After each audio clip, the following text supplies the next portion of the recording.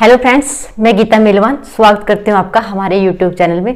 Friends, आज की इस वीडियो में हम बात करेंगे सीआईबी के बारे में। जैसे कि आपको पता ही है कि सीआईबी में जो सीआईबी है उसका सिलेबस अब चेंज हो चुका है। पहले सीआईबी में हमारे पास 3 पेपर होते थे। फर्स्ट था हमारे पास एबीएम, सेकंड बीएफएम और थर्ड आपको इलेक्टिव में से आपको एक सब्जेक्ट चूज करना होता था, जिसको मोस्टली हम रिटेल बैंकिंग ही चूज करते थे। लेकिन अब क्या है, 3 पेपर की जगह अब हमारे होंगे 5 पेपर, जिसमें से क्या है 4 होंगे हमारे कंपलसरी एग्जाम और 1 होगा हमारा इलेक्टिव। इलेक्टिव आपको 5 ऑप्शन होंगे आपके पास इलेक्टिव एग्जाम के लिए, आपको एक चूज करना है, ठीक है। और 4 होंगे आपके कंपलसरी एग्जाम। आपको पता ही होगा पहले आईआईबीएफ की नोटिफिकेशन आई थी कि यहाँ पे नेगेटिव मार्किंग होगी। सब्जेक्ट भी सीआईबी के जो सब्जेक्ट है 3 से 5 हो जाएंगे और यहाँ पे नेगेटिव मार्किंग होगी। लेकिन आपके लिए अब एक खुशखबरी है कि अब नेगेटिव मार्किंग नहीं लगेगी, ठीक है। हमारे पेपर हैं जो बढ़ चुके हैं, 3 से 5 हो चुके हैं, लेकिन नेगेटिव मार्किंग है जो वो हट गई है, नेगेटिव मार्किंग नहीं लगेगी। तो फ्रेंड्स, सीआईबी को क्लियर करने के लिए हमारे पास होंगे 5 अटेम्प्ट्स। 5 अटेम्प्ट्स के अंदर ही आपने ये सीआईबी है जो इसको क्लियर करना होगा। यहाँ पे हमारे पास 5 पेपर हैं, ठीक है। इनको आपने 5 अटेम्प्ट्स में ही क्लियर करना है। 5 अटेम्प्ट्स का मतलब है चाहो तो आप फर्स्ट अटेम्प्ट्स में ही 5 ही पेपर क्लियर कर लो, या फिर 5 अटेम्प्ट आपके पास, हर अटेम्प्ट में एक पेपर क्लियर करो। बस 5 अटेम्प्ट्स के अंदर आपका सारे एग्जाम है ना, ये सीआईबी के सारे क्लियर होने चाहिए। तो फ्रेंड्स, अब हम बात करते हैं कि हमने मार्क्स कितने लेने हैं पर सब्जेक्ट में। तो फ्रेंड्स, पर सब्जेक्ट में हमने लेने हैं यहाँ पे 50 मार्क्स। हमने हर सब्जेक्ट में 50 नंबर लेने हैं सीआईबी को क्वालिफाई करने के लिए। लेकिन जरूरी नहीं है कि 50 नंबर आपको टोटल 5 सब्जेक्ट है हमारे पास, 5 सब्जेक्ट के टोटल 50 को अगर मिलाएं तो 250 बनते हैं। 250 हमारे टोटल होने चाहिए। कम से कम क्या है, पर सब्जेक्ट में कम से कम हमारे 45 मार्क्स आने ही चाहिए। मान लो एक सब्जेक्ट में आपके 45 आ गए और एक में 55 आ गए, ठीक है, औरों में आपके 50 आ गए, तो सभी को टोटल करने पे आपका 250 बन रहा है ना, तो आप सीआईबी को क्वालिफाई कर लोगे। अब फ्रेंड्स, हम बात करते हैं कि ये सीआईबी है जो इसकी फी कितनी होगी। हमारे पास यहाँ पे 5 अटेम्प्ट्स होंगे।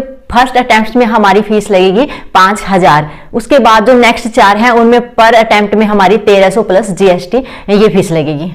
तो फ्रेंड्स, यहाँ पे ध्यान देने वाली बात ये है कि 5 अटेम्प्ट्स हैं हमारे पास। यहाँ पे 5 अटेम्प्ट्स का मतलब है कि मान लो आपके सीआईबी के 4 एग्जाम हैं जो 5 अटेम्प्ट्स में क्लियर हो गए और एक रह गया, तो आप ये नहीं है कि आपको बस अब दोबारा एक ही सब्जेक्ट देना, एक ही पेपर क्लियर करना पड़ेगा। नहीं, आपको 5 अटेम्प्ट्स के बाद सीआईबी दोबारा से, मतलब वो 4 एग्जाम जो आपके क्लियर हो चुके हैं वो भी आपको दोबारा से देने होंगे। और फ्रेंड्स, सीआईबी का एग्जाम है, इसके फॉर्म को फिल करने की अभी डेट आईआईबीएफ ने डिक्लेयर नहीं की है। जैसे कोई नोटिफिकेशन आएगी हम आपको अपडेट कर देंगे। अब फ्रेंड्स, हम बात करते हैं सीआईबी के सिलेबस की, ठीक है। तो सीआईबी के जो 5 एग्जाम होंगे, हमारे 5 हो चुके हैं पेपर, पहले 3 थे, तो वो कौन कौन से हैं अब। तो फर्स्ट है हमारा, पहले थे हमारे एबीएम, बीएफएम और एक इलेक्टिव था। इलेक्टिव में आपको चूज करना था, 6-7 वहां पे ऑप्शन होते थे, लेकिन अब ऐसा नहीं है। अब इलेक्टिव के भी आपके 5 ऑप्शन है, सिर्फ 5 में से आपको एक चूज करना है। और जो रिटेल था पहले, जो रिटेल, ठीक है, ये मोस्टली सभी इसी को ही चूज करते थे, लेकिन अब ये रिटेल है जो यहाँ सीआईबी से हट चुका है, ये हमारा जीआईबी में आ गया है। तो सीआईबी के जो हमारे एग्जाम है वो फर्स्ट है हमारा वही एबीएम, जो पहले था, एबीएम अब भी है। एक था हमारा बीएफएम पहले था, वो अब भी है। एबीएम था जो हमारा, वो था एडवांस्ड बैंक मैनेजमेंट, और बीएफएम था जो था हमारा बैंक फाइनेंशियल मैनेजमेंट। इसके बाद 2 सब्जेक्ट तो हमारे सेम रहेंगे जो पहले थे। उसके बाद थर्ड है जो वो क्या ऐड हुआ है, वो हमारा advanced business and financial management, ठीक है। और एक और सब्जेक्ट हमारा जो पहले जीआईबी में होता था ना, लीगल, ठीक है, उससे रिलेटेड है सब्जेक्ट हमारा banking regulation and business laws.